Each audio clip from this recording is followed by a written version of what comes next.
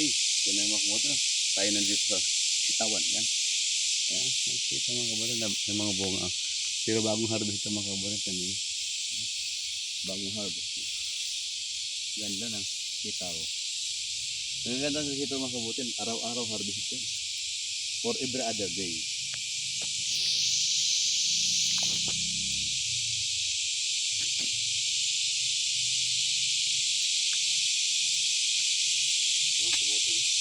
Ganda, haba oh. Haba no? So yun ang kagandahan sa sitaw. Ito mga kabuti lang, pwede pa lang itanim ang sitaw sa tubigan. Yung mga kabuti lang.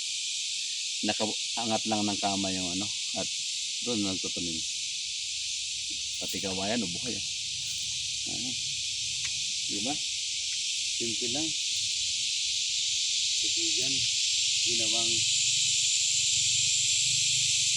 ginawang paniman ng sitaw. Ganda. So kung meron siyang ganito karaming sitawan, okay na ito. Ganda.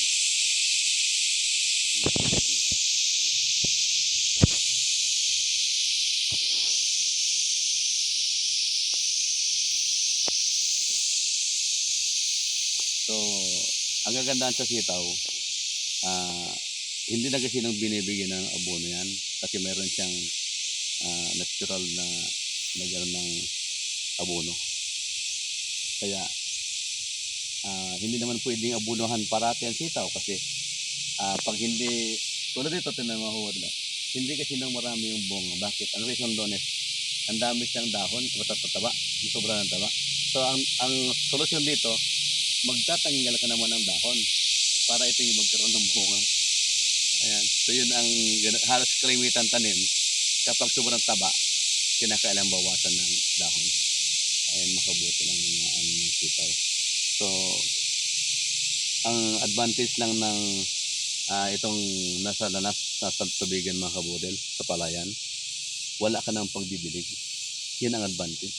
No need na magdilig kasi basa na yung lupa. At tuloy-tuloy ka na magtatanim. So, yung napakaraming portion, napakaraming lugar na tubigan na wala namang wala nang tanim kapag summer. So, pwede natin palang taniman ng sitaw. Ayan mga kabutin. Pwede natin igayahin ito na sa halip na nakatiwangwang, ay tataniman natin ng sitaw. At kung i-compute sa pag-aralan ko itong gulay at saka palay, talo ang palay ng gulay. Kaya pwede natin subukan ito, itanim tayo ng gulay. Kahit isang portion lang, isang kahon lang, at ating pag-aralan kung sinong malaki ang bunga. Mas malaki ang kita pag natin sa magkaroon ng harvest. So, ayan mga kabutin. So, nasa atin yun kung ano mas maganda itanim. Ito din ay low maintenance, paminsan-minsan lang spray, paminsan-minsan lang abono. Kung mataba ang lupa, no need na mag-abono. Kaya kailangan mo lang ay ma-maintain yung kanyang mga sanga. Tulad nito mga kabotil, no? Dapat siya, ito mga kabotil, no? Dapat ito tinatanggal na. So, at saka yung mga dahon sa baba, dapat itatanggal na para malinis siya. Para yung concentration ng bunga ng nutrient ay nandito sa mga bunga. At saka isa pang reason yun, dapat matanggal yung mga dahon para itong mga bunga ay makikita natin sa pag-harvest. Ito sobrang daming dahon. Dapat ito ay binabawasan. Yan. Yan isang mga advice lang kung gusto nyo gawin para mas maganda ang bunga. So, minsan kung makita ninyo may mga bunga na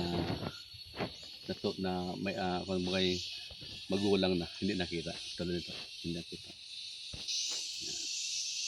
Ito dapat ay tinatanggal na kahit ganito nga na maliliit, tinatanggal para ito, para yung focus ng nutrient ay nandoon sa panibagong bunga. Kasi ito mga kabote nagbunga na dito, pero tuloy-tuloy pa yan basta maganda ang bunga niya, basta mataba siya, tama Magbubunga na magbubunga yan. Kita nyo ito. Dito. Sa ilalim ng tubig. Napakapaka na mga budol. Ito yung ito. Ayan. Ganun kasimple ang pag-aga kapag tanim ng sitaw. Sa tubigan ng mga kabudol na. Bago harvest na naman nandito yung ban. Mga kabudol. Every other day pwede kang mag-harvest. And tip para doon para hindi ano yung sitaw. Dapat ganito pa lang hina-harvest na. Para hindi masira. Ito ganito. Ganito tsaka ganito na-harvest. Bakit? Magaan nga sa timbangan pero hindi siya basta-basta masisira sa tindahan. So ganito. Yan. Ito kinabukasan pwede nang harvestin. Tama-tama na ito kinabukasan.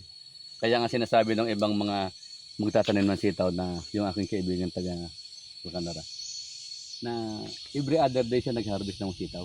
Sabi ko bakit? Dapat every other day. Pag every other day daw ay gumugulang yung iba at nasusobrahan ay madali masira sa tindahan. So yan lang mga kabutil, sana ay makatulong sa inyo ito. Yung pagtanim ng sitaw ay mayroon siya isang ganito mga kabutil, isang ganito ay hindi mo na kayang ubusin ito. Isang ganyan. At kahit nga siguro isang mga 10 puno lang kung maganda ang ano, tama-tama na yung pang konsumo. Pero kung mayroon ka namang enough na lupa, ay bakit hindi tayo magtanim ng marami para mapagkakitaan.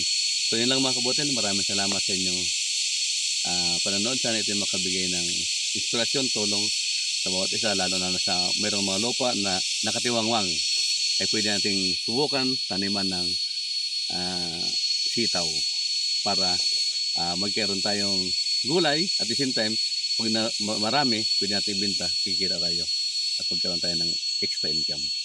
Ito si Sir Joel Falconetin Jr., isang guro by profession at isang farmer by passion.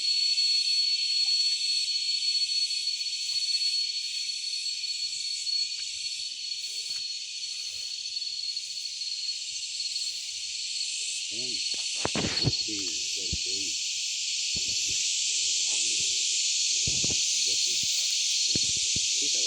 Sitaw ay ito yung napaganda. Ang sitaw napagandang itanim kasi dami silang gulay. Paborito ito yung adobo ng gulay. Ang sitaw ng kabutin ay pwedeng itanim. Wala. Yan. May tubig. Diba? Matubig. Yung maraming tubig. Wala na. Ito tubigan. Ang gagawin natin.